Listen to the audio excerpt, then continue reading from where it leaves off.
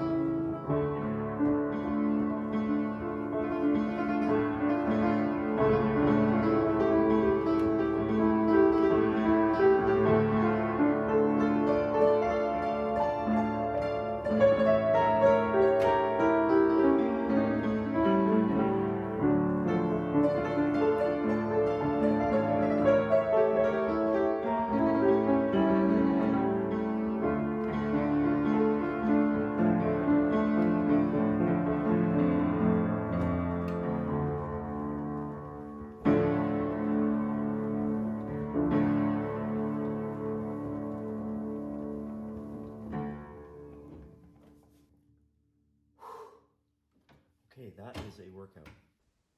So as a final wrap up for this particular presentation, I wanted to just give everybody the opportunity to see all the innards and mechanical workings of this instrument, all the controls, and just give you kind of a really personal experience with this instrument, being that I can't bring it to the university so you can see this. So on the bottom, you obviously have your foot pedals. These are connected to these arms, which are connected to very large bellows. You can see that bellow opening and closing, and same thing on this side. So you have this literally just folds up right inside the piano. So there's a lever here that you can close that door with. Sometimes it's a little sticky because it's old, but that's the idea with that. And then these toggles here are, this one is directly related to speed. So they actually have the metronome markings on here. There's all the way up to presto, down to largo, and everything in between. So that mechanism really isn't changing anything over here until I press it in a big way, if I pull it right one way or the other. So there's quite a bit of play. You can see I'm going all the way from largo to almost andante there without any movement in the actual pins that increase the speed of the bellows. So that's that. And then up on the top here, you can see this is the actual piece and mechanism that I had to adjust. And so there's a screw here and then a stopper screw there for how far this the pinwheel here for the scroll is going to sit left or right in relation to the tracking bar. And so there's chains that operate for different purposes. So I'll just give you, I'm going to rewind this scroll a little bit. How that works. The rewind mechanism is such that all you have to do, this particular toggle is for engaging or disengaging the actual forward motion on the instrument. So it controls that little gear right there. So if I turn that, if I push that to the right, it engages that gear. And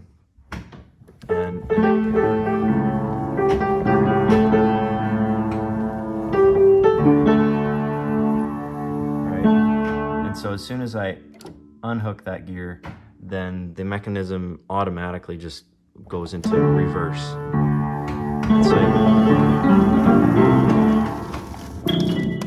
And that would be the roll having been rewound. I wanted to show you this. So this is probably one of the most important parts of this entire setup, and this is the tracking bar. So the idea is that as the paper crosses the tracking bar, that the air pressure on one side of the paper it's all pressurized, and so once it senses a hole, then it gives signal and sends air down through one of those tubes. It'll send signal down to the tubes, and then you have all of these little tiny inlets. You can see the last one here on the bottom. Actually, I'll show the other end because it's easier to get at. But you can see that these are literally just placed right on top of these metal pins that I'm assuming are part of the it's part of the pressure mechanism. So that's that. And then obviously you have your like upper bellows here. You have a set of lower bellows down below that was the foot pedals. And then it just, I think as the air moves up through the instrument, it just slowly gets refined until we're down to these tiny little holes that then triggers an action on the piano. So the actual physical portion of the piano is in the back. So the player piano portion sits right in the front here, and then triggers everything to happen in the back, just like a regular piano. So that is that is it for now, I think. I hope that this was interesting and educational in some way, shape, or form.